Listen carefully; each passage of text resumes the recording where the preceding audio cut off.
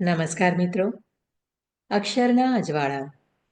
સમાજમાં પોતાના કર્મો અને સર્જનોથી અજવાળું પાથરતા માનવ રત્નો સાથેની અંતરંગ ગોષ્ઠીની આ શ્રેણીમાં હું આરાધના ભટ્ટ તમારું હાર્દિક સ્વાગત કરું છું. મિત્રો, ઉમાશંકર જોશીએ કહ્યું, ગુજરાત મોરી મોરી રે. તેમજ પોતાની જન્મભૂમિ સાથેની ગાઢ આત્મીયતાથી સંકળાયેલા પત્રકાર, તંત્રી, લેખક તે કચ્છને અને એના અખબાર કચ્છ મિત્રને પોતીકું કરીને જીવનભરનું કર્તૃત્વ સમર્પિત કરનાર કીર્તિ ખત્રી. કીર્તિભાઈ, કચ્છ અને કચ્છ મિત્ર એ ત્રણે બારાખડીના પહેલા અક્ષરના સરનામે મળી આવે એટલું જ નહીં, એ ત્રણે લગભગ સમાનાર્થી છે. અને વર્ષો પૂર્વે કચ્છ મિત્રના તંત્રી તરીકે નિવૃત્ત થયા હોવા છતાં કીર્તિભાઈ એના પરામર્શક અને લેખક તરીકે હજીએ કાર્યરત છે. આપણા સમર્થ વાર્તાકાર જયંત ખત્રીનું સર્જક રક્ત એમના પુત્ર કીર્તિભાઈની રગોમાં વહે છે અને પિતાની જીવન દ્રષ્ટિ એમને વારસામાં મળી હોય એ પણ સ્વાભાવિક છે. કલમ કાંતે કચ્છના તેમના 9 પુસ્તકોમાં 32 વર્ષના એમના કાર્યકાળ દરમિયાન લખાયેલા ચૂંટેલા લેખો સંગ્રહિત થયા છે. એમને 1990માં કચ્છ શક્તિ એવોર્ડ, 2011માં હરીન્દ્ર દવે સ્મૃતિ પારિતોષિક અને ગુજરાત મીડિયા ક્લબ દ્વારા લાઇફટાઇમ અચીવમેન્ટ એવોર્ડથી સન્માનિત કરવામાં આવ્યા હતા. તો આવો મળીએ સાંગોપાંગ કચ્છી માળું અને જેમને કચ્છના એન્સાયક્લોપીડિયા કહેવાયા છે એવા લેખક, પત્રકાર, તંત્રી કીર્તિ ખત્રી.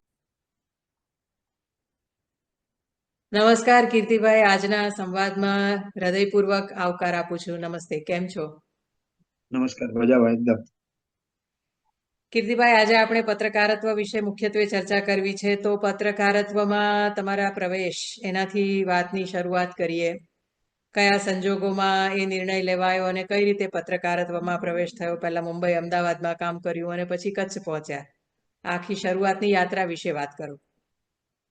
જો હું પત્રકાર એકદમ અકસ્માત જ બની ગયો.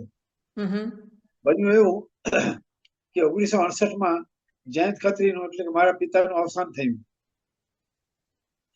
અને હું SY BComમાં હતો તે વખતે. એટલે રોજીરોટીનો પ્રશ્ન ઉભો થયો એકચ્યુઅલી તો. એટલે ક્યાંક નોકરીની શોધ કરવા માંડ્યો. મુંબઈ આવ્યો, મારી બેન મુંબઈ હતી કે મુંબઈ આવો. એટલે એક્સેલ ઇન્ડસ્ટ્રીઝમાં પાર્ટ ટાઈમમાં જોબ મળ્યું મને. દરમિયાન મારા એક મિત્ર, પત્રકાર મિત્ર મહેશ ગઢવી, એ જનશક્તિમાં કામ કરે. મુંબઈમાં તે વખતે જનશક્તિ એ ફ્રી પ્રેસ જર્નલનું લોકપ્રિય છાપું હતું તે વખતે. તો એમાં એમણે કહ્યું કે તું મારી પાસે આવ, હું તને ત્યાં તારું કરાવી દઈશ બધું. ત્યાં હું ગયો. ત્યાં મને દિગંત ઓઝા મળ્યા, વામન જોશી, કે જે બધા સિનિયર મોસ્ટ જર્નલિસ્ટ હતા. અને ફ્રી પ્રેસ જર્નલ હતું એટલે એમાં અંગ્રેજી પત્રકારો પણ ખરા બધા. એટલે તે વખતે સ્પોર્ટ્સનો SK સામ કરીને હતો, બહુ મોટો પત્રકાર હતો. એટલે એના કારણે મને સ્પોર્ટ્સ જર્નલિઝમમાં પણ રસ પડ્યો અને ધીમે ધીમે આગળ વધતો ગયો.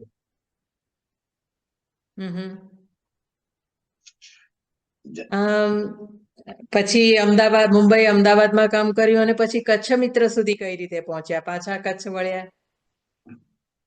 એટલે જો હું જનશક્તિમાં સબ એડિટર તરીકે કામ કરતો હતો એ દરમિયાન મુંબઈથી ઇન્ડિયન એક્સપ્રેસ ગ્રુપે, તે વખતે અમદાવાદનું જનસત્તા ગ્રુપ હતું, Jansatta group of newspapers, A take over કરી લીધું હતું. એટલે એમને એવી ઈચ્છા હતી ઇન્ડિયન એક્સપ્રેસ ગ્રુપને કે મુંબઈથી ગુજરાતી છાપું શરૂ કરવું જનસત્તાનું. પણ એ વખતે ઇન્દિરા ગાંધી અને ગોયંકા વચ્ચે કસમકસ ચાલતી, એટલે ઇન્દિરા ગાંધી કોઈ પણ સંજોગોમાં છાપું ચાલુ ન થાય એ જોવા ઈચ્છતી હતી. અને એમણે તે વખતે એક ડિલિંકિંગ ઓફ ન્યૂઝપેપર વિથ ઇન્ડસ્ટ્રીઝ નામનો એક ખરડો પણ લાવ્યા હતા. એટલે એ ત્યાંથી શરૂ ન થઈ શકે. એટલે અમને મેનેજમેન્ટે એમ કહ્યું કે ઠીક છે, આ તો હવે કાયદા અનુસાર કાં તો તમે 6 મહિનાનો પગાર લઈને છૂટા થાવ અમારી પાસેથી, અગર તો તમારે અમારે જે રાજકોટ અને વડોદરામાં પેપર વિથ ઇન્ડસ્ટ્રીઝ નામનો ખરડો લાવી અને નવા છાપા એ લોકોને ચાલુ કરવા ના આપે એક્સપ્રેસ ગ્રુપને. એટલે મેનેજમેન્ટે એમ કહ્યું, યા તો તમે 6 મહિનાનો પગાર લ્યો અને છૂટા થાવ અહીંથી, અગર તો અમારી 2 એડિશનો છે રાજકોટ અને અમદાવાદનો જનસત્તા, ત્યાં જાઓ. એટલે મેં એ રીતે અમદાવાદ જવાનું પસંદ કર્યું. એટલે હું જનસત્તામાં જોડાયો. જી. અને પછી ત્યાંથી કચ્છ મિત્ર. હા, એટલે ત્યાં બન્યું એવું ત્યાંથી કે પછી તે જ વખતે જન્મભૂમિમાં પણ ભરતી થવાની હતી. એટલે મને પૂછ્યું, એટલે મેં કીધું, હરીન્દ્રભાઈ, મને અમદાવાદ થી પાછો મુંબઈ આવવામાં રસ નથી, પણ કચ્છ જવામાં રસ છે. અને બન્યું એવું કે 8 વર્ષ પછી કચ્છ મિત્રમાં, એકચ્યુઅલી કચ્છ મિત્ર શરૂઆતમાં એક નાનું જિલ્લા કક્ષાનું અખબાર હતું, માત્ર 4 પેજનું. પણ પછી ત્યાં નવું રોટરી મશીન વસાવી અને એનો એક્સપાન્ડ કરવાનો વિચાર કર્યો કે ભાઈ હવે એને વિસ્તાર કરીએ. એટલે એ લોકોએ વિધિસર બધું જે પીટીઆઈ ના સમાચારો લેવાના એ બધું શરૂ કર્યું. અને એના પર તંત્રી તરીકે નવા નિમણૂક માટે જાહેરાત આપી. અને એના માટે હું ત્યાં ગયો. તો મારાથી વધુ સિનિયર હતા શિવકુમાર આચાર્ય. તો હરીન્દ્રભાઈ દવે મને કહ્યું કે તમે હમણાં જોડાઈ જા કચ્છ મિત્રમાં, ભવિષ્યમાં તારા માટે તક તો મળવાની છે. અને 1.5 વર્ષમાં જ મને કચ્છ મિત્રનું તંત્રી પદ મળ્યું. જેમ કચ્છ મિત્ર આપની કારકિર્દી આગળ વધી તેમ કચ્છ મિત્રનો પણ વિકાસ થયો. અને કચ્છ મિત્રની વિકાસ યાત્રાની પણ થોડીક વાત કરો, તમારા કાર્યકાળ દરમિયાન અને તે પહેલા કચ્છ મિત્ર કઈ રીતે વિકસ્યું. એક તંત્રી કચ્છ મિત્રનો વિકાસ કરે છે, તેમ એક અખબાર તંત્રીનો પણ વિકાસ કરે છે. એટલે બંને પરસ્પર એકબીજાની સાથે આગળ વધ્યા. સાચી વાત છે તમારી. એટલે જો કચ્છ મિત્રમાં હું તંત્રી થયો, એટલે પહેલા તો મેં શું કર્યું કે સૈદ્ધાંતિક રીતે એક અખબારમાં પૂર્ણ કક્ષાના રાષ્ટ્રીય અખબારમાં શું શું જોઈએ એ નક્કી કરેલું હતું. એ માળખું તો હતું જ, પણ એ માળખું કચ્છ મિત્રમાં નહોતું ત્યાં. એટલે મેં એ માળખું આખું પૂરું કરવાની શરૂઆત કરી. એટલે કે જુઓ, તંત્રી, મદદનીશ તંત્રી, ન્યૂઝ એડિટર, સબ એડિટર્સ, રિપોર્ટર્સ, એ રીતનું આખું માળખું તૈયાર કરીને નવા માણસો નીમ્યા. અને એમાં મને હરીન્દ્રભાઈએ ખૂબ મદદ કરી. આગળ જતા છાપું જેમ જેમ વધવા માંડ્યું, પાના વધવા માંડ્યા, સમાચારોની જરૂરિયાત વધવા માંડી. અને તમે જુઓ, કચ્છ મિત્ર એ એક એવું છાપું છે કે રિજનનું છાપું છે. એટલે એમાં રાષ્ટ્રીય સમાચાર તો જોઈએ જ, સાથે પ્રદેશ કક્ષાના જોઈએ, ગુજરાત કક્ષાના, એટલે ગુજરાતના રાજકારણના પણ જોઈએ, પણ સૌથી વધુ મહત્વ કચ્છને આપવું જોઈએ. એટલે મેં નક્કી કર્યું કે આ કચ્છના સમાચારો મેળવવા માટે શું કરવું જોઈએ. એટલે આખા જિલ્લામાં ખબરપત્રીઓનું નેટવર્ક કર્યું. એટલે જુઓ કે કચ્છના તે વખતે 10 તાલુકા, તો દરેક તાલુકા મથકે કચ્છ મિત્રનો ન્યૂઝ બ્યુરો હોય, ભલે એ પછી પાર્ટ ટાઈમ પેલો ચલાવતો હોય, એવી એક વ્યવસ્થા ઊભી કરી. અને 5000 થી વધુ વસ્તી ધરાવતા ગામોમાં એક પ્રતિનિધિ નિમાય, એ રીતે એક પ્રતિનિધિ નિમ્યા બધી જગ્યાએ. અને એના સમાચારો લેતા ગયા. અને પછી જેમ જેમ સમાચારો આવતા ગયા, એટલે એક ગામના સમાચાર આવે અને બીજા ગામ તરત જ એને જોઈને બીજો ગામ પણ મોકલે. એટલે સમાચારોનો ફ્લો વધવા માંડ્યો અને એટલો બધો વધ્યો. પછી અમારે એના માટે ખાસ માણસ નિમી અને એનું સોર્ટિંગ કરીને અગ્રતા અનુસાર સમાચાર લેવા માંડ્યા. એટલે કેવી રીતે કે ગામમાં કઈ રોગચાળો ફેલાયો હોય, કઈ અકસ્માતના સમાચાર હોય, કોઈ આગેવાન ગુજરી ગયા એને પ્રાયોરિટી આપીને બાકીના સમાચાર હોય એને પછી પાછળથી લેવાના, એવી રીતે. એટલે પછી આગળ વધતા તાલુકાના પ્રશ્નોની વાત કરીએ તો તાલુકાના પત્રો લખાવા માંડ્યા. પછી તાલુકા પછી વિસ્તાર હોય, દાખલા તરીકે અમુક જેમ વાગડ વિસ્તાર છે કચ્છનો, પછી પાવરપટ્ટીનો વિસ્તાર કહેવાય છે, તો એ વિસ્તારના પ્રશ્નોની છણાવટ કરતા પત્રો પણ કચ્છ મિત્રમાં અમે છાપવા માંડ્યા. અને એને કારણે બન્યું એવું કે કચ્છ મિત્રનું સર્ક્યુલેશન પણ વધવા માંડ્યું. 10 કે 12,000 કે 15,000 નું સર્ક્યુલેશન હતું એ 30,000 35,000 સુધી પહોંચી ગયું. બરાબર. આપણા દેશમાં આપણે હંમેશા વિવિધતામાં એકતાની વાતો કરતા આવ્યા છીએ, અને એ વાત સાચી છે કે ભારત વિશે એ એક વાત, એ ભારતની એક ખાસિયત છે કે આપણા દેશમાં વિવિધ ભાષાઓ છે, વિવિધ પ્રદેશો છે, વિવિધ સંસ્કૃતિઓ છે. એટલે એની એ દ્રષ્ટિએ જોઈએ તો આપણા દેશના મીડિયાની પણ ખાસિયતો છે. એટલે પ્રાદેશિક પત્રકારત્વ એ કદાચ આપણા દેશની જરૂરિયાત છે, આપણા દેશની એક માંગ છે. એ દ્રષ્ટિએ પ્રાદેશિક પત્રકારત્વના વિકાસની, અને તમે કચ્છ મિત્રનો કઈ રીતે એ દ્રષ્ટિએ વિકાસ કર્યો એની વાત થોડી તમે કરી. આપણે એ વિશે થોડી વધારે વાત કરીએ. પ્રાદેશિક પત્રકારત્વ એટલે શું, અને આપણા દેશના પત્રકારત્વમાં એનું સ્થાન, એનું મહત્વ શું છે? જુઓ, પ્રાદેશિક પત્રકારત્વમાં બે ત્રણ વસ્તુ આવે છે. એક તો મુખ્યત્વે તો જુઓ, દાખલા તરીકે ગુજરાતના જિલ્લાઓ છે, તો દરેક જિલ્લામાંથી અખબાર ન પણ નીકળતું હોય, તો જે મોટા અખબારો છે, કે ટાઈમ્સ ઓફ ઇન્ડિયા છે, કે ઇન્ડિયન એક્સપ્રેસ છે, એવા બધા, એ લોકો શું કરતા હોય છે કે જે નેશનલ કક્ષાના હોય છે એ લોકો શું કરે, ગુજરાતનો પત્ર એક એમ કરીને ગુજરાતના સમસ્યાઓ આપે. એવી રીતે જે ગુજરાતમાં અંગ્રેજી છાપાઓ છે એ લોકો ડિસ્ટ્રિક્ટ પત્ર આપતા થયા, કે એમાં ખાસ કરીને જે દક્ષિણ ગુજરાતના ભાગના સુરત છે, વલસાડ છે, કે જ્યાં ઇન્ડસ્ટ્રીયલાઇઝેશન વધુ થયેલું છે, એના વિસ્તારના તાલુકાના પત્રો એ લોકો છાપવા માંડ્યા. એની અંદર એમાં એની વિશે અને એની સમસ્યાઓનો ઉલ્લેખ હોય, અને એની સાથે વિવરણ પણ હોય. એટલે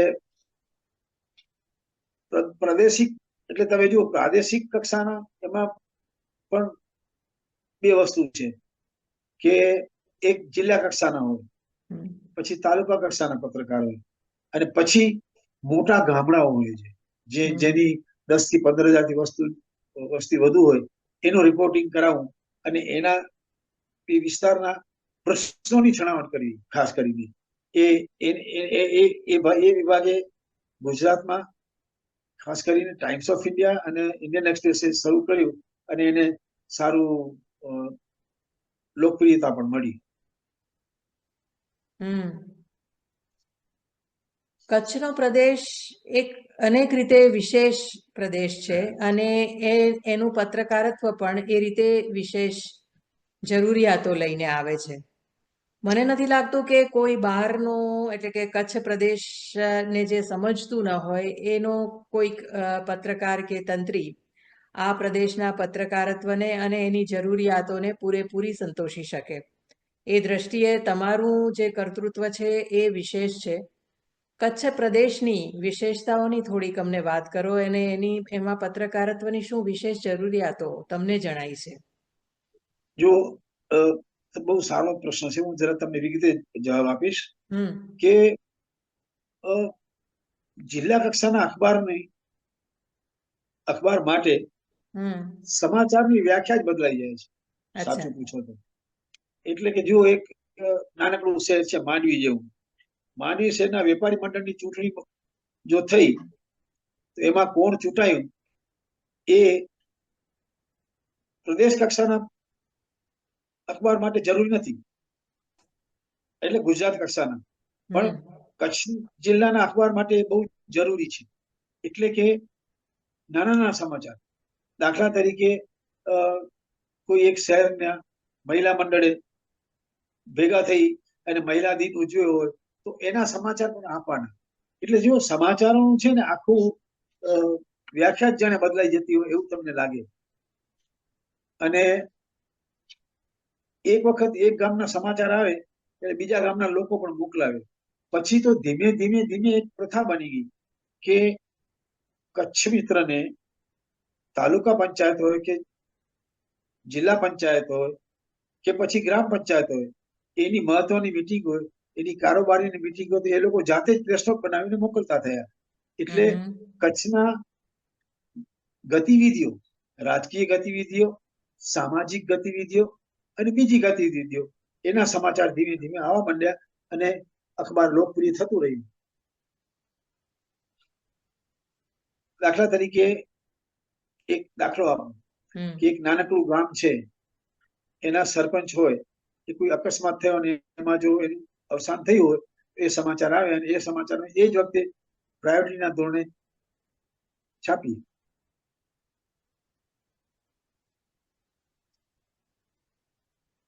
તાલુકાના પત્રો શરૂ કરાવ્યા.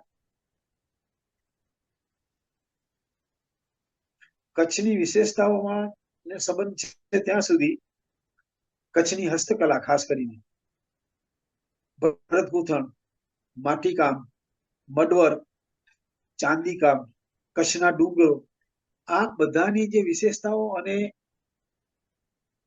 માહિતી આપતી કટારો શરૂ કરી. કચ્છડો કામણગારો નામની કટાર શરૂ કરી. એમાં કચ્છની તમામ વિશેષતાઓ નો ઉલ્લેખ થાય. એમાં દાખલા તરીકે પછી કચ્છની હસ્તકલા છે તો માટી કલાનો કોઈ અલગ એના એક્સપર્ટ હોય કોઈ, તો એ એની કોલમ લખી. ભરત ગૂંથણના એક્સપર્ટ હોય એની કોલમ લખી.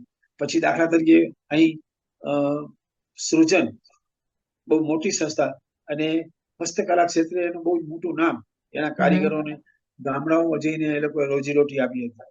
તો સૃજનની પ્રવૃત્તિઓ વિશે ખાસ કોલમ ચાલુ કરેલી અને વિગતવાર એના સમાચાર આપતા રહેતા. એ ઉપરાંત કચ્છના ઇતિહાસને લગતી નવલકથાઓ હોય, વાર્તાઓ હોય, એ પણ પ્રસિદ્ધ કરતા રહેતા. પછી કચ્છના જ માહોલને લગતી જે સિરિયલ હોય, આપણે દર સપ્તાહમાં જે લેતા હોઈએ એની નવલકથા, એ પણ અમે શરૂ કરી અને એનો બહુ જ સારો અમને પ્રતિભાવ પણ મળ્યો.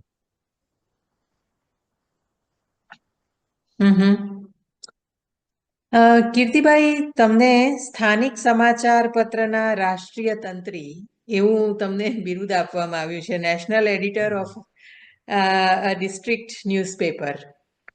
આ વાતને તમે કઈ રીતે મૂલવો છો? તમે આ વાતને કઈ રીતે જુઓ છો? નહીં, જો આમાં રાષ્ટ્રીય તંત્રી તરીકે જે મને ઉપમા મળી છે એનું એક સૌથી મોટું કારણ એ છે કે કચ્છ મિત્ર એક પ્રદેશનું, એક નાનકડા જિલ્લાનું, પ્રદેશ આમ ભલે પ્રદેશ કહેવાય પણ નાનકડા એક જિલ્લાનું પત્ર છે. પણ એની અંદર કારણ કે અમે જો જન્મભૂમિ જૂથનું અખબાર એટલે જન્મભૂમિ સાથે સંકળાયેલા, અને જન્મભૂમિ એટલે રાષ્ટ્રીય કક્ષાનું, એટલે રાષ્ટ્રીય કક્ષાના જે સમાચારો છે, દાખલા તરીકે દિલ્હીના બ્યુરોના સમાચાર છે, કુંદન વ્યાસ દિલ્હી હતા, તો કુંદન વ્યાસના જે સ્પેશિયલ રિપોર્ટ હોય એ પણ કચ્છ મિત્રમાં છપાય. એટલે કચ્છમાં સ્થાનિક ની સાથે સાથે રાષ્ટ્રીય સમાચારો આપતું આ એકમાત્ર અખબાર હતું. એટલે અમને બહુ જ સફળતા મળી અને આવક પણ સારી થઈ.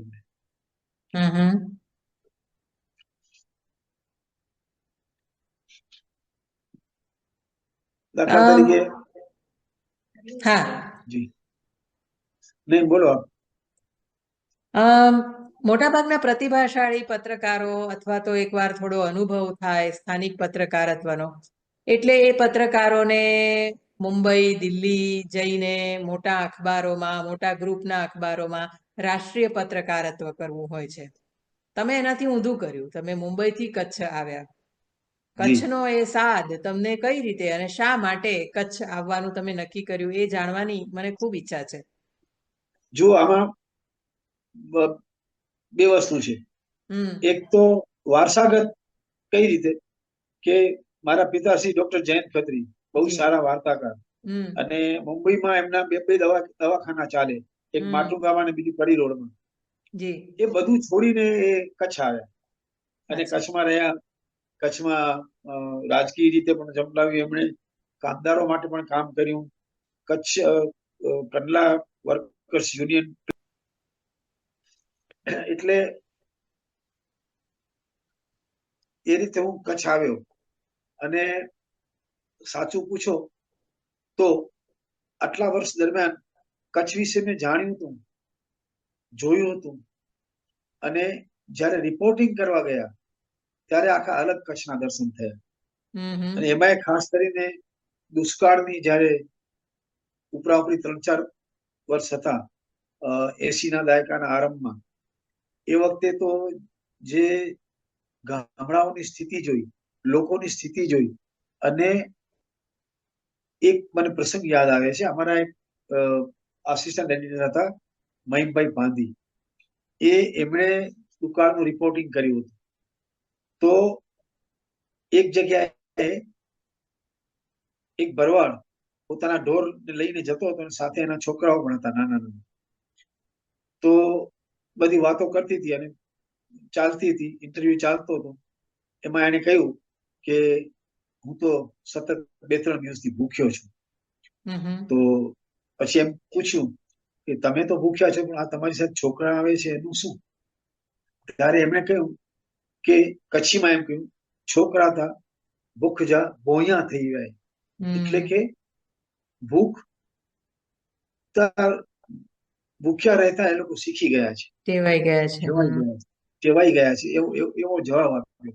તમે વિચાર કરો કે આ એક કેટલી હદ છે આખી એની. એટલે એ જે દુષ્કાળના દિવસો હતા એ તો અને એક વખત તો હું લખપતના દૂરના વિસ્તારમાં ગયો હતો. ત્યાં જે મેં સ્થિતિ જોઈ, અને એમાં એક મુસ્લિમ સ્ત્રી જે રીતે વાત કરતી હતી, અને એને વાત કરી ત્યારે મને એમ થયું ભગવાન ત્યારે આવો ફરી પ્રેમ કરે નહીં.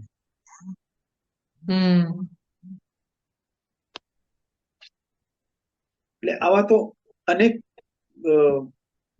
પ્રસંગો છે કે જેનું મેં વર્ણન કરેલું છે દુષ્કાળ વખતે. એટલે કચ્છ માટે દુષ્કાળ એક બહુ મોટી સમસ્યા હતી. કચ્છ માટે સૌથી મોટી સમસ્યા હોય તો દુષ્કાળની હતી.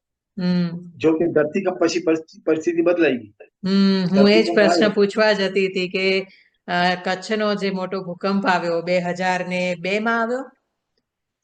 હા, 2000 26મી જાન્યુઆરી 2002 નો જે કચ્છનો મોટો ભૂકંપ આવ્યો, એ સમયગાળામાં પત્રકારત્વના અને એક પત્રકાર તરીકે અને તંત્રી તરીકે તમારા અનુભવો કેવા હતા?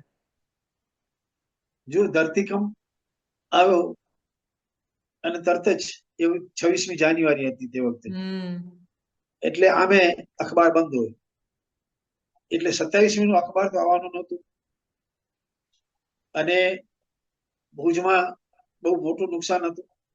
અમારું જે નવું મકાન હતું કચ્છ મિત્રનું, કચ્છ મિત્ર ભવન, એને પણ થોડું ઘણું નુકસાન થયું હતું. પણ સદભાગે અમારું રોટરી મશીન જે છે એને ખાસ કંઈ નુકસાન નહોતું થયું. પણ જે ધરતીકંપ વખતે જે ધૂળ ઉડી, ચોમેર, ધૂળના ગોટાના ગોટા, વાદળના વાદળ જે સર્જાયા, એને કારણે રોટરી મશીનની અંદર રજ પ્રવેશી ગઈ હતી. એટલે એને સાફ કરવું જરૂરી હતું. અને એ જલ્દી સાફ થાય તેમ હતું નહીં, કારણ કે ઇલેક્ટ્રિસિટી બંધ, બધું બંધ. તમે કેવી રીતે તમારું કામ કરી શકો? એટલે એ વખતે અમારું જે ગ્રુપનું બંધુ અખબાર ફૂલછાપ, ત્યાંથી કચ્છ મિત્ર છાપવાનું નક્કી કર્યું કે અહીંથી અમે રિપોર્ટ મોકલાવીએ, ત્યાંથી એ લોકો બનાવીને મોકલે, એવી રીતનું. એટલે એમાં એક દિવસ કચ્છ મિત્ર બંધ રહ્યું, પણ તરત જ બીજા દિવસથી, એટલે 29 તારીખથી કચ્છ મિત્ર કચ્છમાં મળતું શરૂ થઈ ગયું. એટલે ધરતીકંપનો સૌથી પહેલો જે અનુભવ અમને થયો એ થયો.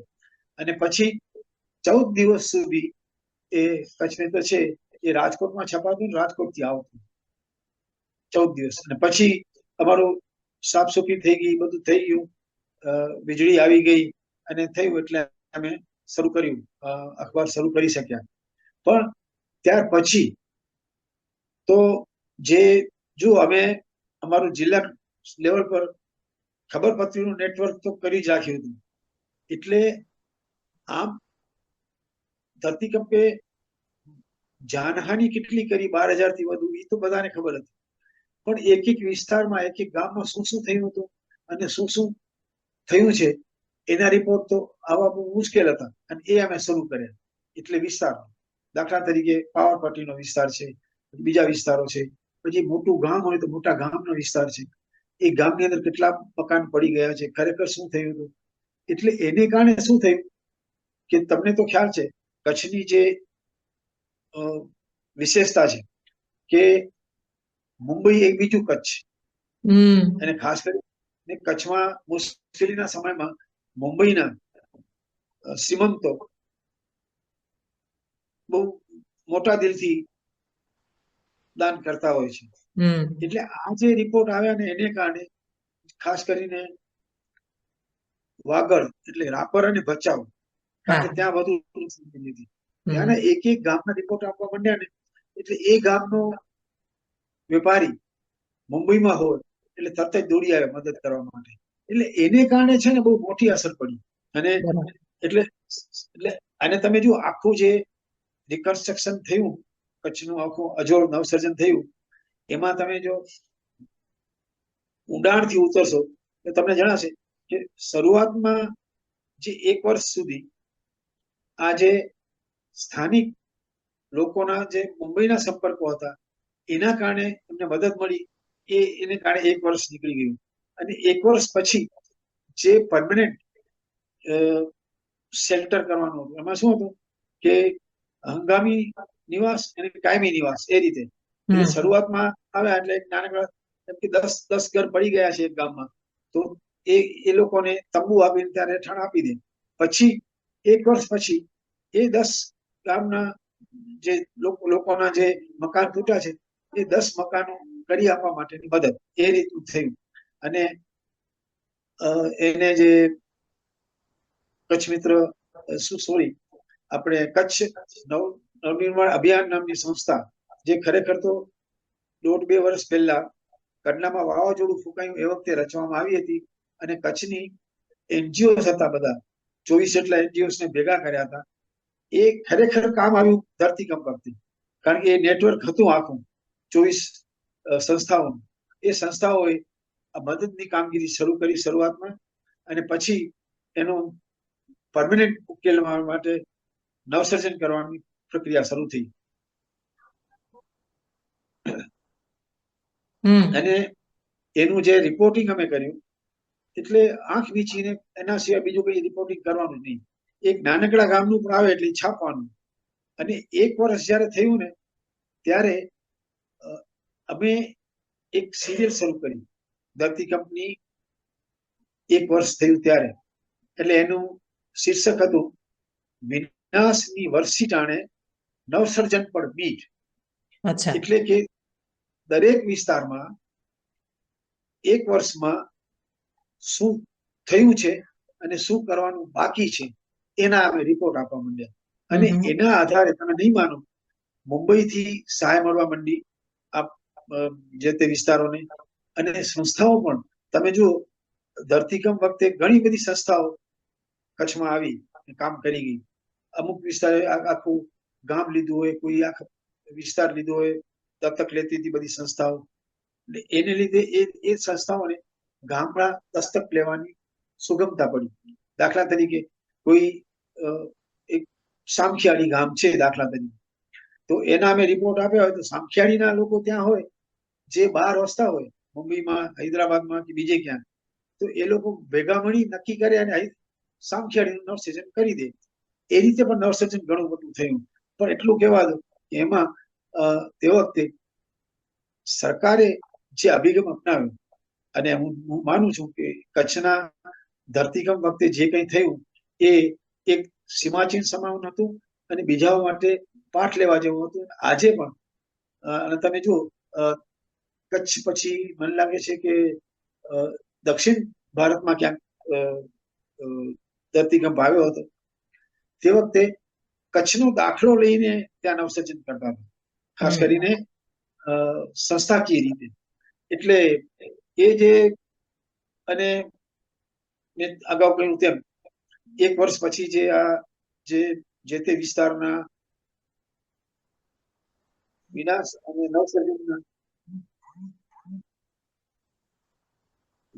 અને નવસર્જનના જે અહેવાલો હતા અને એને એક પુસ્તક રૂપ અમે આપ્યું અને એને નામ આપ્યું હતું વિનાશની વર્ષી જાણે નવસર્જન પર મીટ.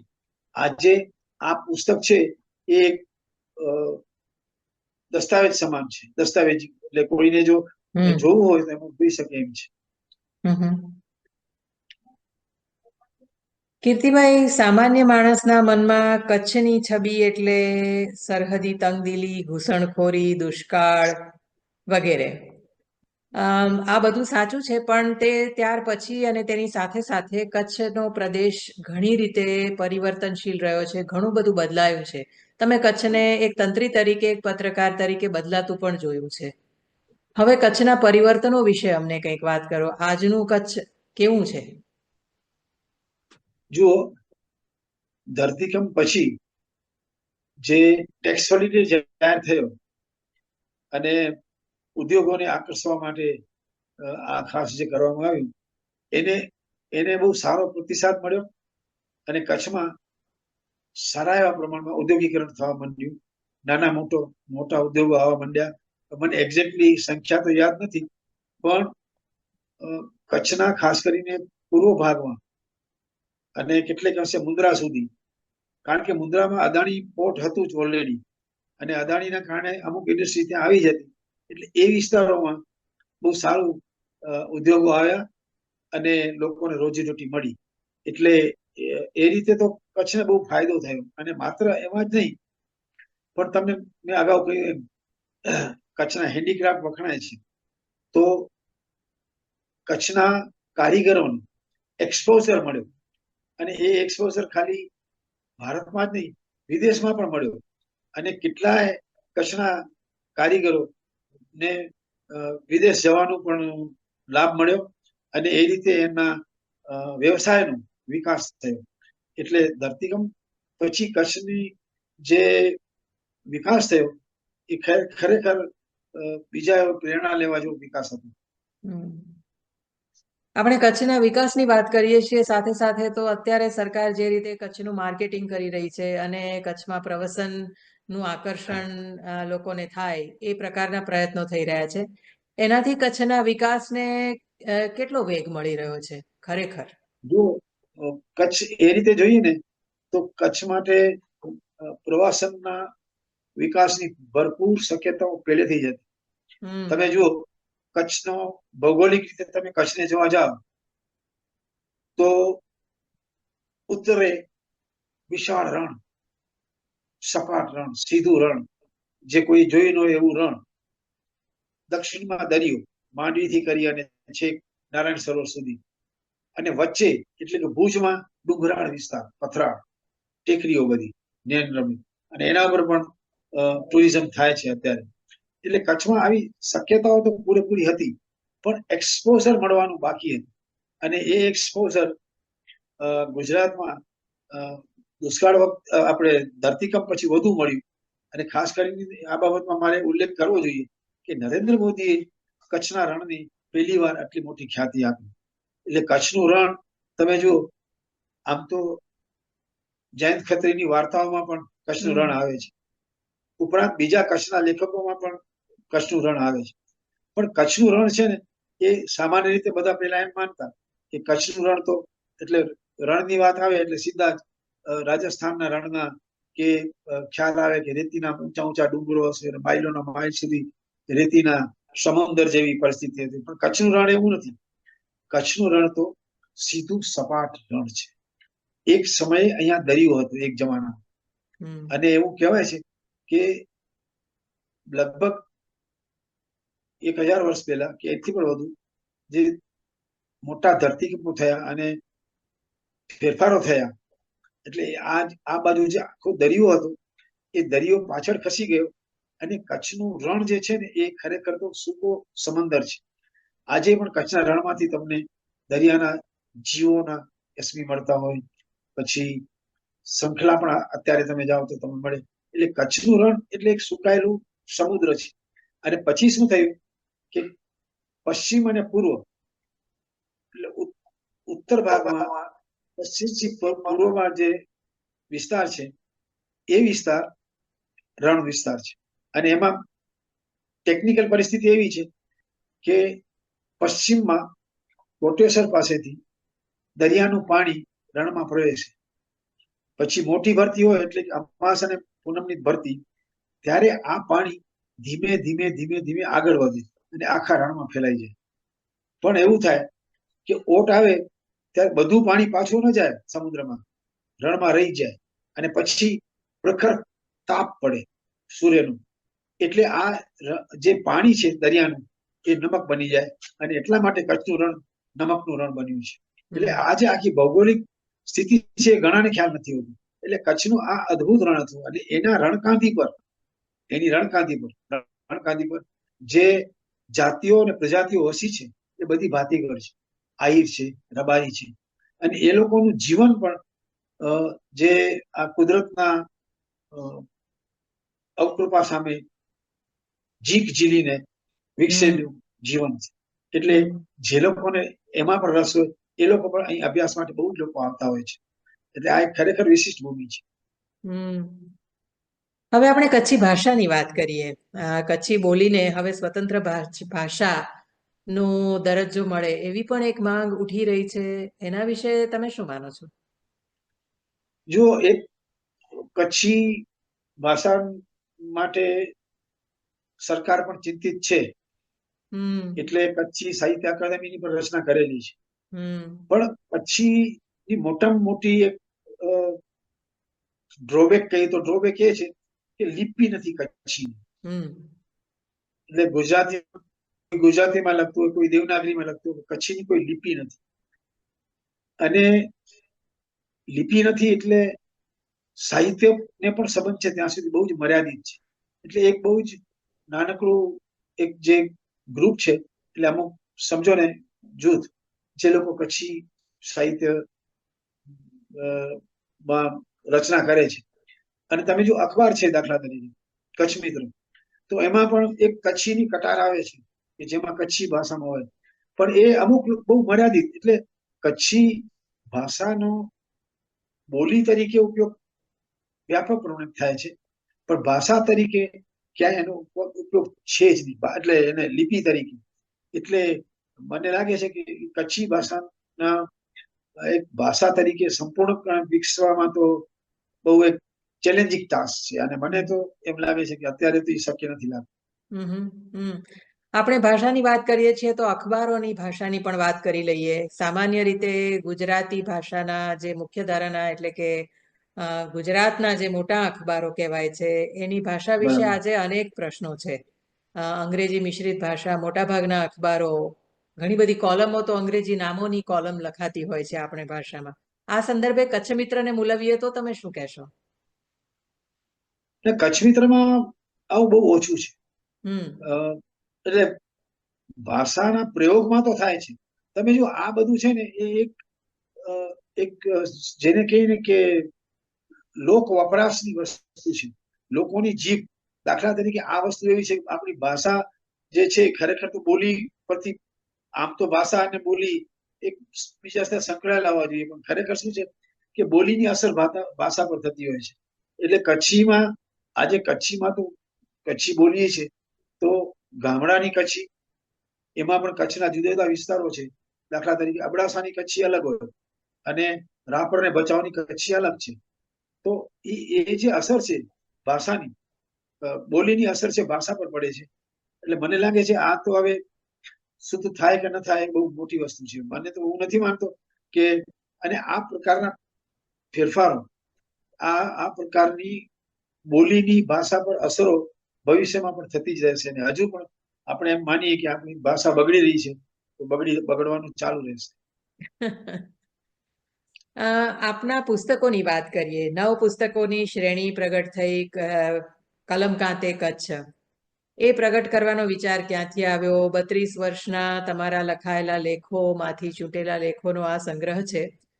આજે આપણે અખબારોને જોઈએ તો મોટાભાગના અખબારોના તંત્રીઓ અખબારમાં તંત્રીલેખ નથી લખતા હોતા. તમારા એટલા બધા લખાણો છે અને એમાંથી આ ચૂંટાયેલા લેખો છે, એટલે તંત્રી લેખ વિશે વાત કરો અને આ પુસ્તક શ્રેણી વિશે વાત કરો. જો તંત્રી લેખને સવાલ છે ત્યાં સુધી મેં નક્કી કર્યું બુધવાર અને શનિવાર, બુધ અને શનિવારે કચ્છના વિષય પર જ અગ્રલેખ લખવાનો, અને ઝીણામાં ઝીણી વસ્તુ હોય તો એનો પણ ઉલ્લેખ કરીને લખવાનો, સાચું શું છે ખોટું શું છે બેધડકપણે લખવાનું. મને યાદ આવે છે એક વખત કોઈ એક ગામમાં એક દાતાની મૂર્તિ હશે વચ્ચે, પેલી રાખે ને ગામના ચોકમાં, અને પછી કઈક ચોકનું આખું નવું નવસર્જન કરવાનું હતું કે એવું કંઈક હતું. એમાં એ દાતાની મૂર્તિ એ લોકો હટાવી નાખી અને પછી બીજે ક્યાંક લઈ જવાના હતા. તો મેં એના ઉપર પણ એડિટોરિયલ લખ્યો. એટલે કચ્છની જે ખાસિયતો છે, નાનામાં નાની વસ્તુ છે ને, ખાસ કરીને પીવાના પાણીની ક્યાં પણ અછત હોય તો એ ગામના પણ હું એડિટોરિયલ લખતો તે વખતે. હું બીજ છે એ હું રિટાયર થયો પછી મુંબઈ સમાચારમાં, ગુજરાત મિત્રમાં અને અન્ય એક અખબારમાં કટાર લખી, અને એમાં પણ કચ્છની વિશેષતાઓને લગતું લખવા લાગ્યો, અને એ સારું એવું સાહિત્ય હતું. એટલે મિત્રોએ કહ્યું કે આમાંથી તો પુસ્તક થાય એવું છે, કરીએ આપણે. એટલે મારા મિત્ર માણેકલાલ પટેલ ખાસ કચ્છ આવ્યા. એમણે મહારાજ, અને એક વસ્તુ તમને કહું કે હું જે પણ લખતો, કીર્તિ ખત્રી ના નામ સાથે જે લખતો, એ મારા પત્ની એની અખબારનું કટિંગ કાઢીને રાખી દેતા. તમે નહીં માનો, મને તો કલ્પના નહોતી કે આ ભવિષ્યમાં આવું બધું ક્યારે ઉપયોગમાં આવશે. અને એક કટિંગ કાપી રાખતા એટલે સરળતા બની. નહીતર શું થાય કે જૂનામાં જૂની ફાઇલો કાઢવી પડે, મળે કે ન મળે ને બધું બહુ બબાલ વાળી વાત થાય. એટલે પછી એમાંથી નક્કી કર્યું કે આમાં તો ઘણું બધું છે. એટલે જુદા જુદા વિભાગ પાડ્યા. રણ અને એને લગતી સમસ્યા વિશે જે કંઈ મેં લખ્યું હતું એનું એક પુસ્તક થયું. એનું નામ હતું રણના રંગબેરંગ.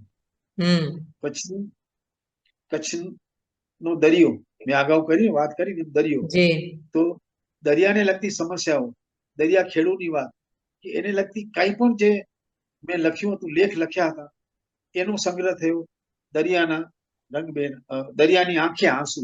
કારણ કે દરિયાની આંખે આંસુ એટલા માટે કે એક તો કચ્છ તે વખતે દાણચોરીમાં ને એમાં પ્રખ્યાત, સ્મગલિંગમાં, અને બીજું અમુક જે વસ્તુ હતી દરિયા ખેડૂમાં ને કારણે જે અવસાન થતા દરિયા ખેડાઓનું, એટલા માટે એનું નામ રાખ્યું દરિયાની આંખે આંસુ.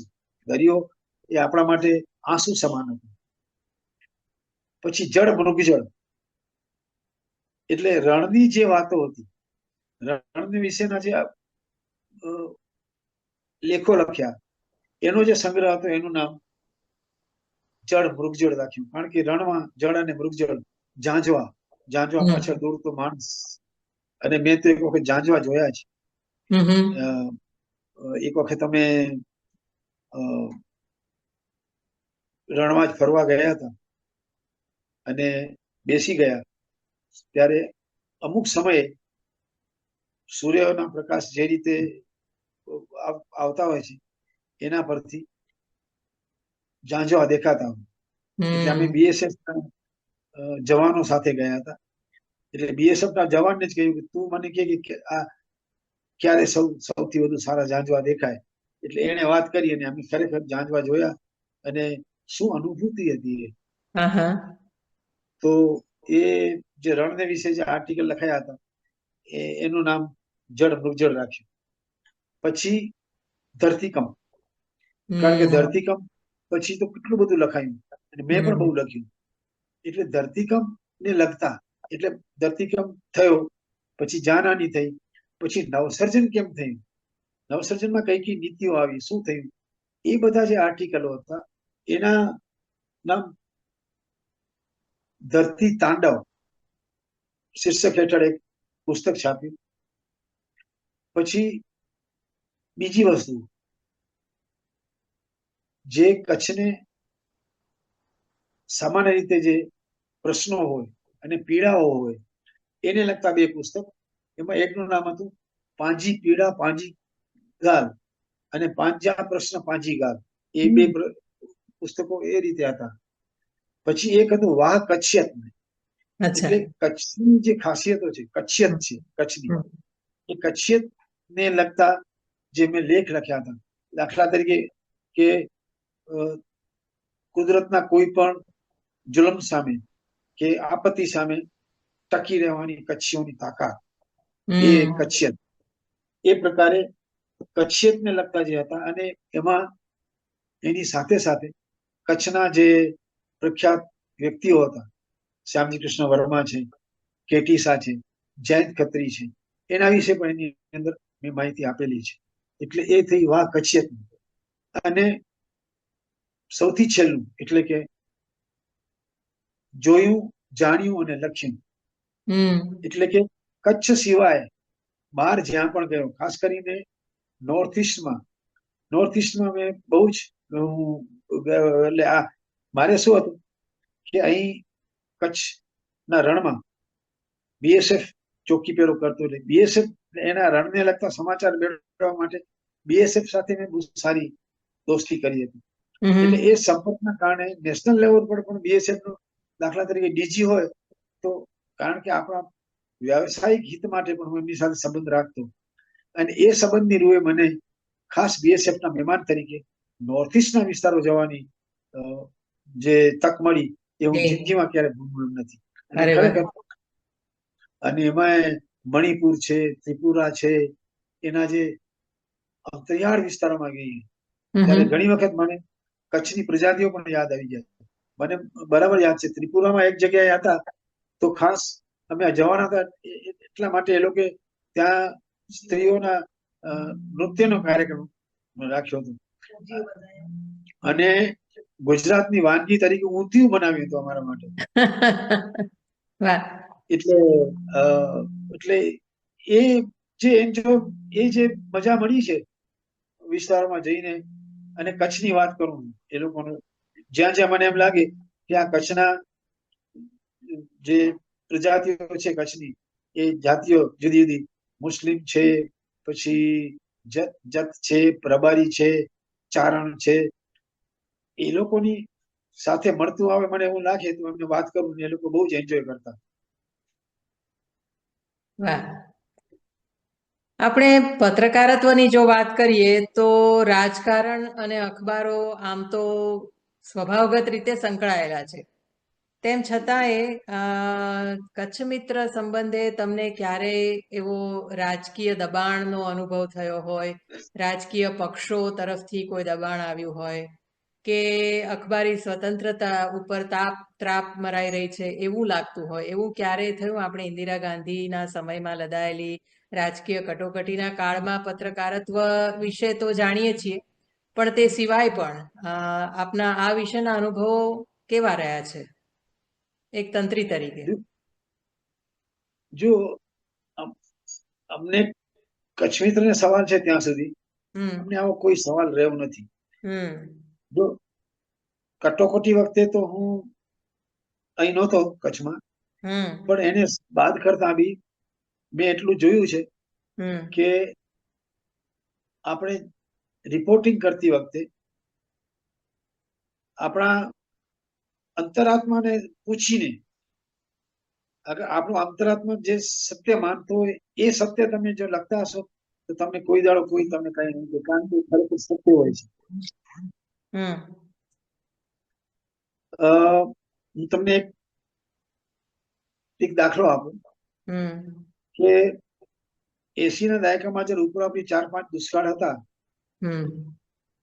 ત્યારે અમે જે તે વિસ્તારમાં રિપોર્ટર મોકલીને રિપોર્ટ લખતા, અને ઘણી વખત તંત્રને ગમતું નહીં તો મારી પાસે ફરિયાદ કરતા, પણ હું એમને કહેતો કે ભાઈ અમને તો જે સાચું દેખાય છે એ જ અમે લઈએ. પછી એ વખતે અમરસિંહ ચૌધરી મુખ્યપ્રધાન હતા ગુજરાતના, તો અમરસિંહ ચૌધરી પાસે ફરિયાદ ગઈ. અને તમે નહીં માનો કે અમરસિંહ ચૌધરીએ કીધું કે કચ્છી તમને સવાલ છે ત્યાં સુધી હું એમ નથી માનતો કે એ કઈ ખોટું છાપે, અને એક વખત પત્રકારો સાથેના મિલનમાં અમરસિંહ ચૌધરીએ જાહેરમાં એમ કહ્યું હતું કે જો સાચું રિપોર્ટિંગ થતું હોય તો કોઈ રાજકારણી એને અટકાવશે નહીં. તે વખતે એમણે અમારો દાખલો આપ્યો કચ્છની તરફ. એટલે રાજકીય દબાણને સવાલ છે ત્યાં સુધી થોડું એમાં શું છે કે ફેવર કરવા માટે કરે કે ભાઈ દાખલા તરીકે દુષ્કાળ હોય, ધરતીકંપ થયો હોય તો કહેશે કે ભાઈ અમે આટલી કામ કરી છે તો આપણે છાપવાનું, અને એ આપે એ છાપવાનું, એમાં કઈ વાંધો નથી. કારણ કે એ લોકોની જે પ્રેસ નોટો આવે એની અંદર આપણે એમ લખતા હોઈએ છીએ કે એમ એવો દાવો એમણે કર્યો છે. આપણે એમ નથી કહેતા કે અખબાર આમ કહે છે, પણ એટલે હું તો માનું છું કે આમાં છે ને તંત્રીની કુશળતા હોવી જોઈએ કે રાજકારણીઓ સાથે સાચી રીતે વાત કરી અને બિટવીન ધી લાઈન પણ ક્યારેક વાત કરીને કરવું જોઈએ કે જેથી કરીને એને એ અખબાર પર કોઈ રાજકારણીના આક્ષેપ કે કોઈ એવું પગલું ના આવે કે જેની આવક પર અસર પડે. આપણે આટલી બધી કચ્છની વાતો કરી એટલે મને વિશ્વાસ છે કે આપણા દર્શકોના મનમાં આપના પિતાની વાર્તા ધાડ આધારિત ફિલ્મ જેનું તમે નિર્માણ કર્યું, એમાં તમે સક્રિય ભાગ ભજવ્યો, જેનું નિર્દેશન આપણા જાણીતા ફિલ્મ મેકર પરેશ નાયકે કર્યું. આ ફિલ્મ બનાવવાના તમારા અનુભવો વિશે પરેશભાઈ પાસેથી તો સાંભળ્યું છે, મારે તમારી પાસેથી થોડી વાતો સાંભળવી છે. અરે જો એમાં એવું હતું કે જયંત ખત્રી વિશેનો એક પરિસંવાદ હતો અને એમાં રઘુવીરભાઈ ચૌધરીએ એવું કહ્યું, કારણ કે જયંત ખત્રીની જે વર્ણન શૈલી હતી, ખાસ કરીને વાર્તાઓમાં વર્ણન આવતા પ્રદેશના કે પાત્રના, એમાં આટલું બધું ઝીણવટભર્યું લખેલું હોય એટલે, અને એનું કારણ એ હતું કે જયંત ખત્રી પહેલા ચિત્રકાર હતા, પછી વાર્તાકાર થયા. એટલે રઘુવીરભાઈ એમ કહ્યું કે જયંત ખત્રી ચિત્રકાર હતા પછી વાર્તાકાર થયા, એટલે એમની વાર્તાઓમાંથી ફિલ્મ બનાવી સહેલી પડે. અને એમાં એમણે ધાડનો દાખલો આપ્યો અને એમણે કહ્યું કે ખરેખર ધાડ ઉપરથી જો ફિલ્મ બને તો મજા આવી જાય એવી ફિલ્મ બને. એટલે એ વખતે પછી પરેશ નાયક ત્યાં હાજર હતા. એટલે પરેશ નાયકે કહ્યું હું કોશિશ કરીશ કે મારાથી આ શક્ય હોય કરશું. એટલે પછી તો અમે પણ એમાં મંડી પડ્યા અને આખું એક, કારણ કે એમાં ખર્ચને સવાલ છે ત્યાં સુધી બહુ મોટો ખર્ચ આવે, એટલે નક્કી કર્યું કે આપણે ઓછામાં ઓછા ખર્ચ આપણે ફિલ્મ બનાવી. એટલે અમે એ જે આખું બજેટ બેસાડ્યું તો 40 લાખ રૂપિયા જતા થતા હતા. હવે 40 લાખ રૂપિયા જેટલું ફંડ આપણે કોણ, એટલે અમે તે વખતે જીએમડીસી એટલે ગુજરાત ખનિજ વિકાસ નિગમ, એના ચેરમેન અમારા ભુજના ધારાસભ્ય હતા મુકેશ ઝવેરી. એટલે મુકેશ ઝવેરીને વાત કરી કે ભાઈ આવા જીએમડીસી તે વખતે બહુ મોટા મોટા દાન આપતું, કરોડ સુધી દાન આપતું કોઈ પણ પ્રવૃત્તિ માટે. એટલે અમે એમની પાસે રજૂઆત કરી કે ભાઈ અમારી પાસે આવી એક સ્કીમ છે, તમે કંઈક આપી શકો? એ કે તમે અરજી તો કરો, પછી આપણે જોયા જશે. એટલે અમે ત્યાં અરજી કરી તો એ લોકોએ પછી અમને 30 લાખ રૂપિયા મંજૂર કર્યા અને એમાંથી 15 લાખ રૂપિયા અમને આપ્યા ચેકથી અમારી સંસ્થાને, સંસ્કૃતિને. એટલે આ 15 લાખ રૂપિયા અમારી પાસે આવ્યા એટલે અમે કરકસરથી ફિલ્મ નું કામ શરૂ કર્યું. એમાં નંદિતા દાસ, કારણ કે નંદિતા દાસના માતુશ્રી ગુજરાતી છે અને એક વખતે ત્યાં આવ્યા હતા, વ્યક્તિગત રીતે પૂછ્યું હતું અને પરેશ નાયક સાથે એનો સંપર્ક હતો એટલે નંદિતાએ હા પાડી. અને એ જ રીતે જે પુરુષનો કે મેનન, જેણે ઘેલાનું પાત્ર કર્યું, એણે પણ બહુ મોટા વળતર વિના કામ કરવાની હા પાડી અને અમે આ શરૂ કર્યું. પછી એમાં રઘુવીર યાદવ પણ જોડાયા, જેણે એક ગીત પણ ગાયું છે ધાડમાં. તો આ રીતે એક આખો અમે પ્રોગ્રામ નક્કી કર્યો, લોકો નક્કી કર્યા, સ્થાનિક કલાકારો, સુજાતા મહેતા પણ આવી એમાં, પછી સમીરા અવસ્થી પણ આવી એની અંદર, અને અમે શૂટિંગ શરૂ કર્યું.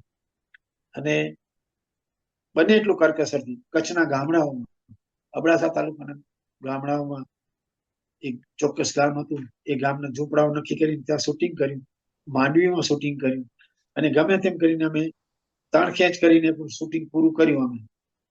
પણ અનફોર્ચ્યુનેટલી થયું એવું કે હજુ અમે વધુ કઈ કરીએ પેલા કચ્છનો ધરતીકંપ આવ્યો અને અમારું કામ ખોરંભે ચડી ગયું.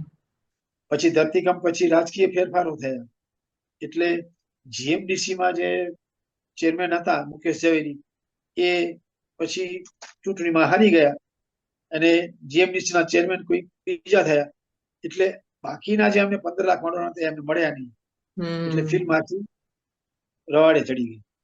અને પછી તો ઘણા વર્ષો પછી ગમે તેમ કરીને પરેશ નાયકે પોતાના ગાંઠના પૈસા નાખીને એ ફિલ્મ પૂરી કરી અને આખરે પડદા પર આવી. અને એમાં જે સંકલનનું કામ હતું બધું એ અમારા જવેરીલાલ સોનેજી કરીને સંસ્કૃતિના મંત્રી હતા, અને પરેશભાઈ બંને બહુ જ મહેનત કરીને આ ફિલ્મની કામ પૂરું કરાવ્યું અને આખરે પડદા પર આવી. પણ એક વસ્તુ કહેવા દઉં, પડદા પર આવી ખરી, પણ આવી જોઈએ એ રીતે ના આવી. અને આને અને એને જે બૌદ્ધિક રીતે અગર તો એક ક્લાસિકલ ફિલ્મ તરીકે એના ક્રિટિસિઝમ, અગર તો એને કહીએ ને કે એનું વિશેષણ, એનું વિવેચન પણ બહુ સરસ રીતે થયું છે, પણ ખરેખર સામાન્ય લોક સુધી પહોંચવું જોઈએ એવું નથી બન્યું. એટલે એવું કોઈ થિયેટરે એવો કોઈ સાહસ ન કર્યું કે આ ફિલ્મ રજૂ કરે. એટલે એ અફસોસ થાય છે કે આવી સરસ ફિલ્મ બનાવી છતાં પણ લોકો સુધી ના પહોંચી. એવું ઘણીવાર આપણે જોતા હોઈએ છીએ કે જે બહુ સારી ફિલ્મો કે કલાત્મક ફિલ્મો બને તે એને માટે ઘણા લોકો દીવાને આમ અને દીવાને ખાસ જેવા શબ્દો વાપરતા હોય છે, તેમ છતાં એ આમ જનતા સુધી નથી પહોંચી શકતી, એ દુઃખદ છે. અને તમે એ ફિલ્મ બનાવવામાં ઘણી બધી આખી ટીમે ખૂબ મહેનત કરી હતી, એ વાત પણ એટલું કહું તમને કે એ વખતે જે પૈસા હતા ને એમાં અમારું જૂનું, એટલે જયંત ખત્રીનું જૂનું મકાન હતું માંડવીમાં, એ મકાન અમે વેચ્યું, એના પૈસા પણ આ ફિલ્મમાં અમે નાખ્યા હતા. ભલે પાછળથી એ ફંડ મળ્યું ત્યારે થોડું ઘણું કવર થયું, પણ આટલે હદ સુધી અમે ગયા હતા. આપણે ધાડની વાત કરીએ છીએ તો પિતાના સંસ્મરણો પણ અમારે થોડા જાણવા હોય. તમારા ઉછેર કાળમાં જયંતભાઈ, તો આમ તો આપણે એમને જયંત ખત્રીને ગુજરાતી ભાષાના બધા જ વાચકો એક સમર્થ વાર્તાકાર તરીકે ઓળખે છે, પણ તે ઉપરાંત એમની પ્રતિભા, એમના વ્યક્તિત્વ વિશે જાણવાની તમારી પાસેથી ઈચ્છા થાય. આમાં બે રીતે છે. જો એક તો જાહેર જીવનમાં એમનું સૌથી મોટું પ્રદાન કંડલા પોર્ટ ટ્રસ્ટના કામદાર યુનિયનનું હતું. કંડલા પોર્ટ ટ્રસ્ટનું કામદાર યુનિયન એમણે સ્થાપ્યું, અને તે વખતે પરિસ્થિતિ એવી હતી કે કામદારો અસંગઠિત હતા, અને કામદારોને સંગઠિત કરી અને યુનિયન સ્થાપ્યું. અને બીજું તો કચ્છમાં એટલે કે માંડવીમાં નાવિક મંડળની સ્થાપના કરેલી.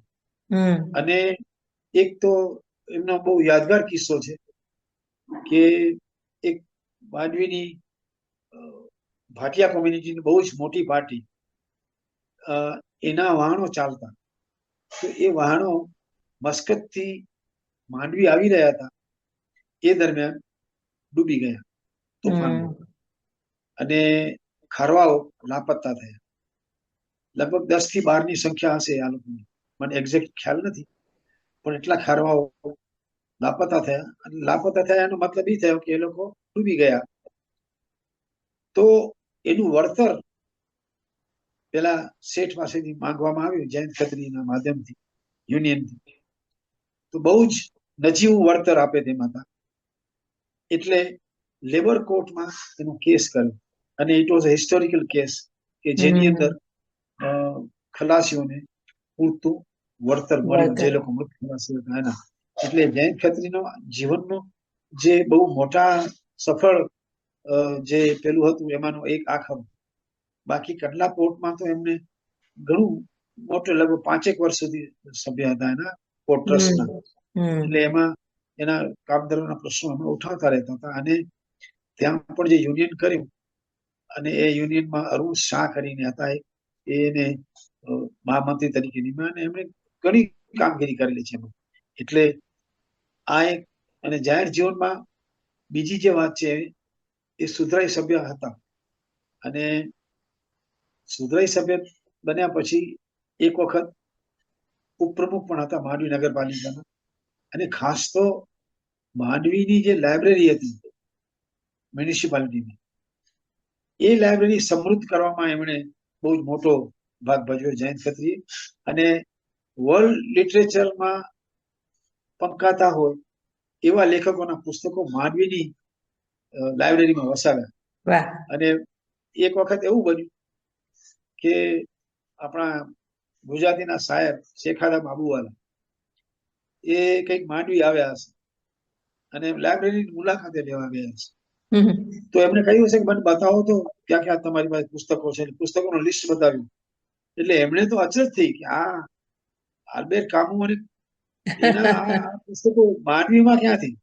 પછી એને પોતાની કોલમમાં લખ્યું હતું, કટાર લખતા જનસત્તામાં, પોતાની કોલમમાં એમણે લખ્યું હતું કે મારે તો આશ્ચર્ય થયું કે માંડવી જેવી શહેરની લાઇબ્રેરીમાં આવા મહાન લેખકોના પુસ્તકો હોય.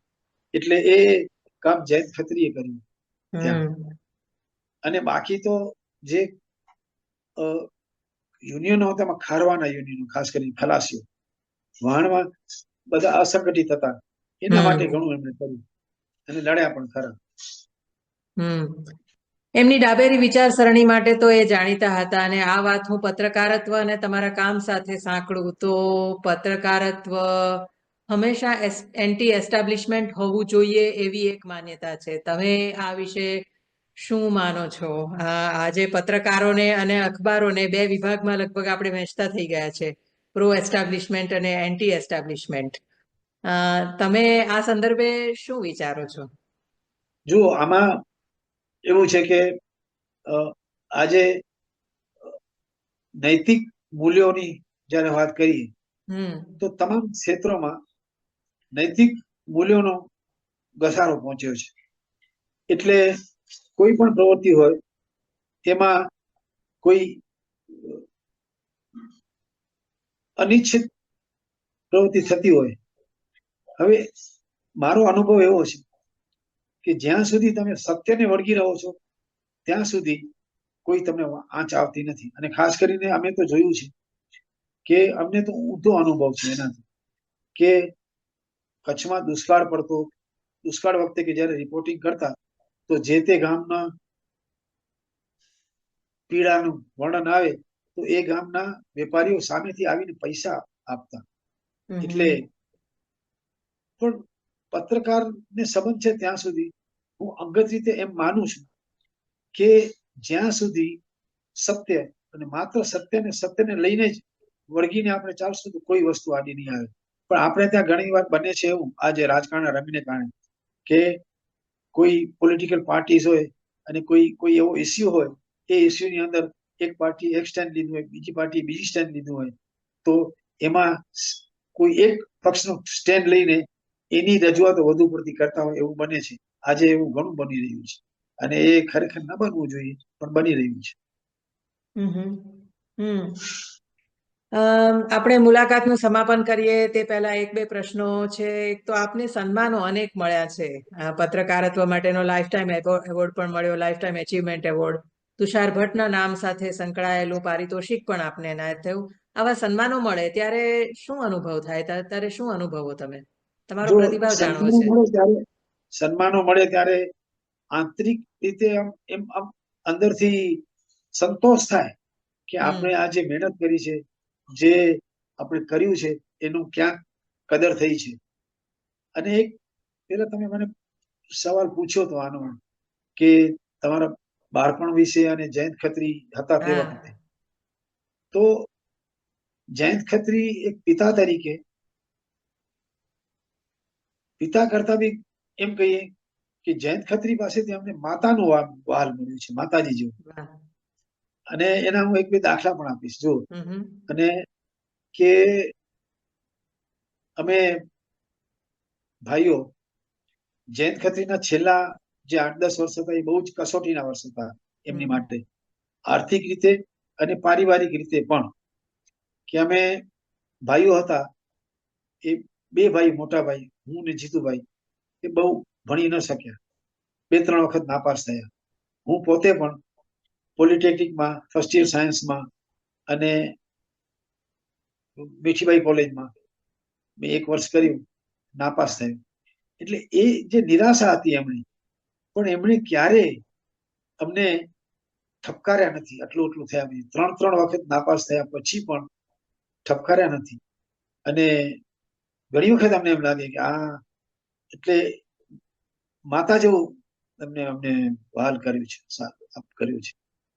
એવા બીજા પણ એવા દાખલા છે કે જ્યારે જયંત ખત્રી અમારી કોઈ ભૂલ થઈ ગઈ હોય એ કોઈ પણ જાતના ઓના વગર માફ કરી દીધી હોય. એક વખત મને યાદ છે કે કોલેજમાં હતો, ભાવનગર કોલેજમાં, ત્યારે મારી પાસે મેં કોઈ પાસે પૈસા ઉછીના લીધા, 200 રૂપિયા. એ વખતે 200 રૂપિયા એટલે બહુ મોટી વાત. અને પછી હું એને ચૂકવી ન શક્યો. પછી મને ખબર નહોતી, તો એ લોકો પછી એ માનવી આવ્યો, પિતાજીને મળ્યો અને પિતાજી એને પૈસા આપી દીધા. પણ મને કહ્યું નહીં, મને ખબર બી નહોતી. મને તો 3-4 વર્ષ પછી ખબર પડી કે આ પૈસા એ લોકો લઈ ગયા છે. આવો વહાલ પિતાજી અમને આપ્યો છે. વાહ. આપણે મુલાકાતનું સમાપન કરીએ. હા, સોરી, 1 મિનિટ. અને એક તો જયંત ખત્રીને પ્રકૃતિ સાથે સંબંધ, એટલે એમની સાથે અમે દાખલા તરીકે અમારું મોસાળનું ગામ હતું મોરજર, એની પાસે એક ગોયળ નદી હતી અને એની કોતરો એટલી બધી સુંદર હતી, નદી વહેતી હોય ત્યારે. એ નદીના વિસ્તારો છે કે કચ્છના બીજા વિસ્તારોમાં અમે ટ્રીપ કરતા અવારનવાર. એ જે છે ને એ મારી જિંદગીનું યાદગાર નજરાણું છે. અને દરિયો તો માંડવીમાં દરિયો તો હોય જ, એટલે ઘણીવાર રાત્રે અમસ્તા જ કારણ વગર કે ચાલો આજે દરિયે જઈએ. તમે નહીં માનો, અમે રાત્રે 10 વાગે દરિયે જતા ફરવા. અને ત્યાં માંડવીનો દરિયો એટલે સુનકાર બેકાર દરિયો, એટલે એમાં 10 વાગે અમે ફરવા જઈએ રાત્રે, અંધારી રાત્રે. અને તમે જુઓ ઘણી વખત જયંત ખત્રી છે ને એ રાત્રે 1 કે 2 વાગે એમને ઊંઘ બહુ મોડી આવતી, રાત્રે વાંચ્યા કરતા, 2-3 વાગે સુવે. ક્યારેક ત્યારે પણ એમને ઊંઘ ના આવે તો રાત્રે એકલા 2 કે 3 વાગે દરિયા પર ચાલ્યા જાય, દરિયા પર બેઠા હોય ત્યાં. આ આખે એક એમના વ્યક્તિત્વનું એક એવું પાસું છે. આપણે ઘણા કે ઘણી એવી જે વ્યક્તિઓ છે એ આવી રીતે એકાંતમાં બેસવાનું પસંદ કરતી હોય છે.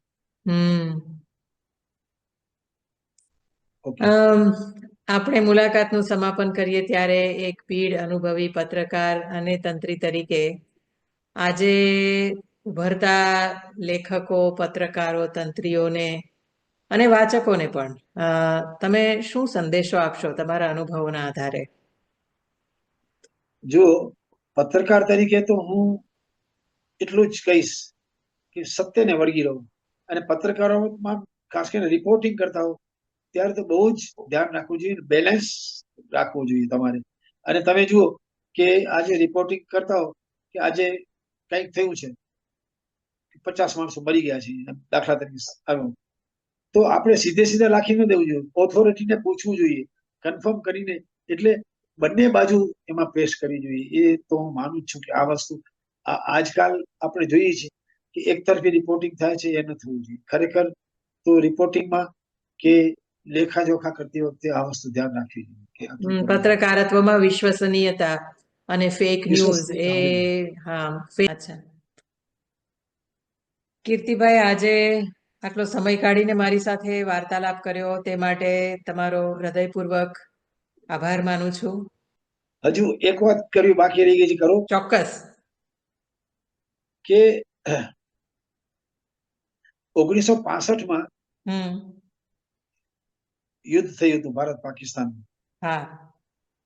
અને કચ્છમાં આ યુદ્ધ એપ્રિલમાં શરૂ કર્યું હતું. એટલે એ લોકોએ લિટમસ ટેસ્ટ કચ્છમાં કરી હતી પહેલા, એપ્રિલમાં થયું હતું. પેલું યુદ્ધ છે એ સપ્ટેમ્બરમાં ખેલાયું હતું.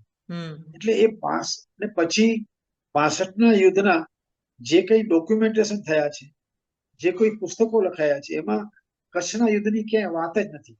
અચ્છા. એટલે મેં છે ને એક સિરીઝ ખાસ લખેલી, 1965 નું યુદ્ધ, કચ્છનો અંગભંગ કોના માટે? કારણ કે આ યુદ્ધના કારણે કચ્છે પોતાનો છાડબેટ જેવો વિસ્તાર ગુમાવવો પડ્યો છે. એટલે આપણે ઘણી વખત એમ થાય કે કાશ્મીરના જે વિસ્તારો આપણે ગુમાવ્યા છે,